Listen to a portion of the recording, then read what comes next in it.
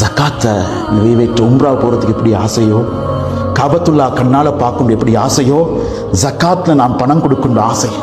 கூலி வேலை செய்கிற மனிதர் 600 ரூபாய் பணத்தை எடுத்துக்கொண்டு வந்து மஸ்ஜிதுக்கு முன்னால் இருக்கக்கூடிய ஒரு கஞ்சி கடைக்காரருக்கு, இந்த கரத்தையில கஞ்சி விற்கிற சகோதரருக்கு அவர் சொல்றார், ஜக்காத்து கடமையும் இல்லை, ஜக்காத்துக்குரிய அமௌண்ட்டும் இல்லை, ஆனா இந்த கடமையை நிறைவேற்றணும் என்ற ஆசையில நான் என்ன செஞ்சேன்டா ஜக்காத் அப்படி கொடுத்தேன் அவர கையில. அவர் சொன்னாரு, அல்லாஹ் அவங்களுக்கு கோடி கோடியாக ஜக்காத் கொடுத்தவர் அவங்கள மாத்தட்டும்.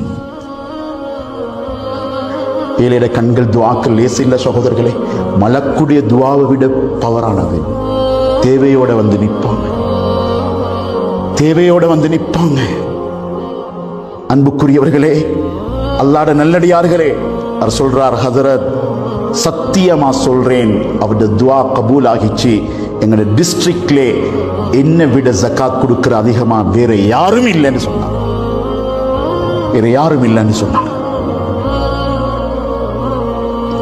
ஆரம்பத்தை யோசிச்சா ஜக்காத் லேசி, ஆரம்பித்த யோசிச்சா தொழுக லேசி. அல்லாஹ் கலட்ட முந்தி சந்தர்ப்பத்தை பாவிச்சு கொண்டா மிச்சம் புச்சிசாலித்தனமாயிருக்கு.